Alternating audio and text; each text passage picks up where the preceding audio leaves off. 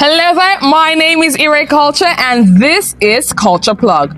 Today I'm going to be talking about the struggles of up-and-coming artists in Nigeria.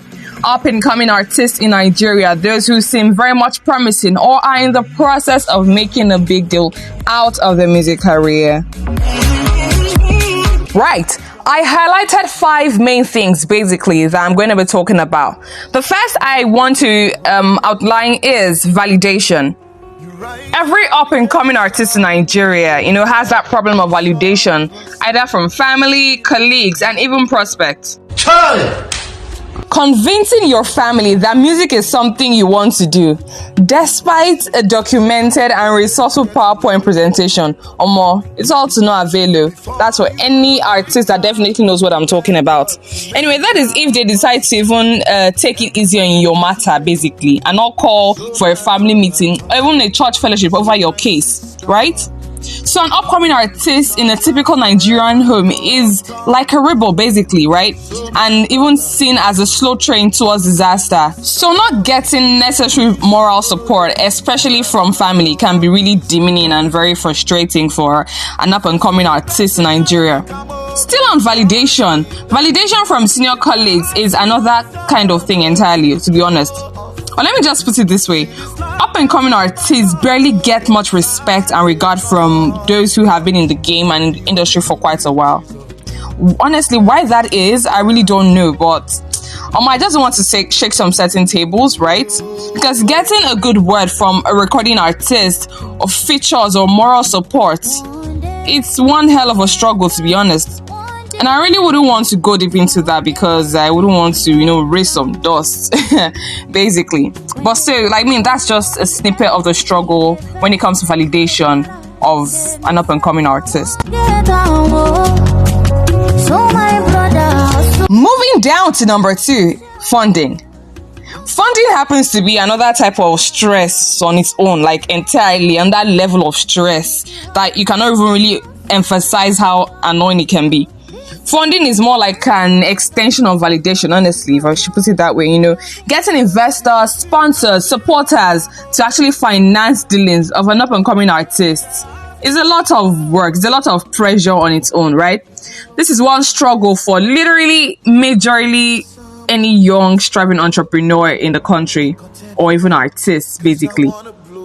Your dreams are so massive, but the resources to actually finance it is not even equivalent. It's not even anything to what you actually have on ground. It frustrates and chokes the career of any artist. I don't even know how.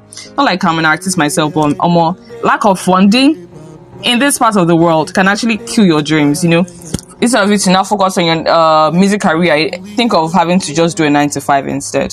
It's just sick. One hit song, Lord, let me blow like Olamide. Heading on to number 3 is sound.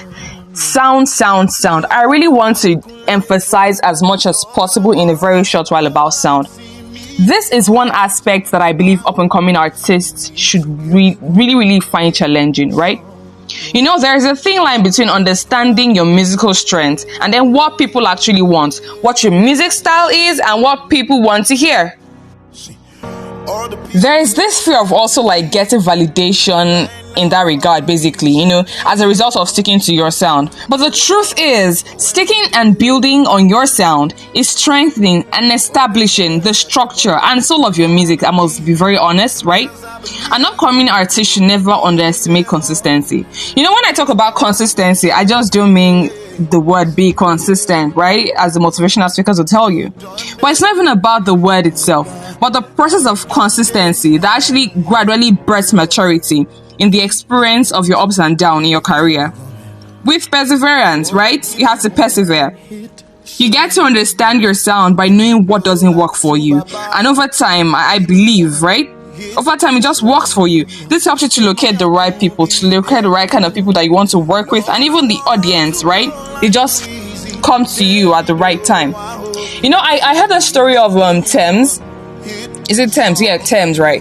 When she played one of our songs for one recorder, one producer, and it was like he doesn't like her sound, it's too ambitious and all of that kind of thing. But I really like the fact that she actually still stuck to it, because look at her today now. My girl, she's making waves back to back, right?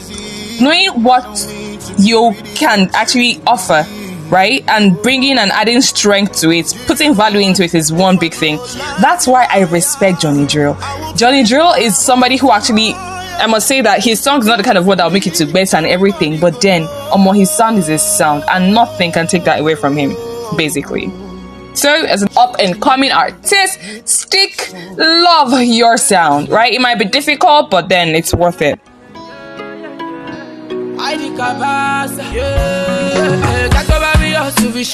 Coming in at number 4. Number 4 is branding. Branding. Branding is basically the face of any business, right? It is like, when they say, don't judge a book by its cover. Your branding is the cover by which you will be judged, basically, if I even made sense, right?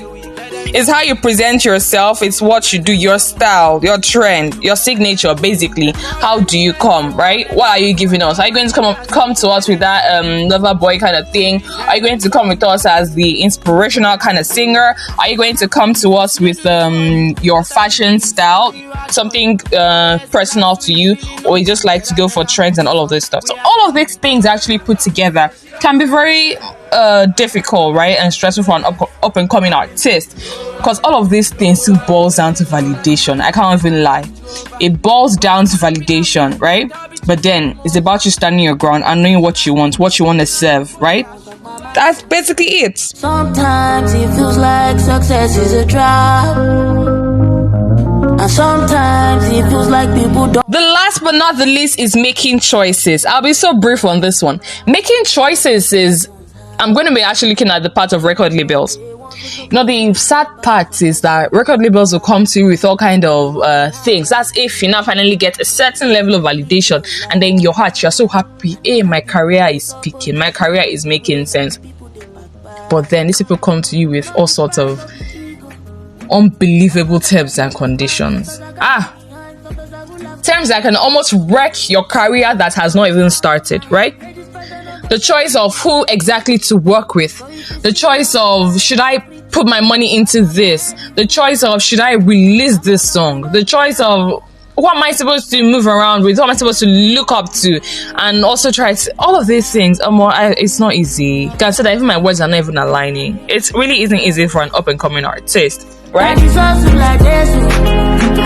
So running through quickly, I talked about validation from family, colleagues, and people basically, right?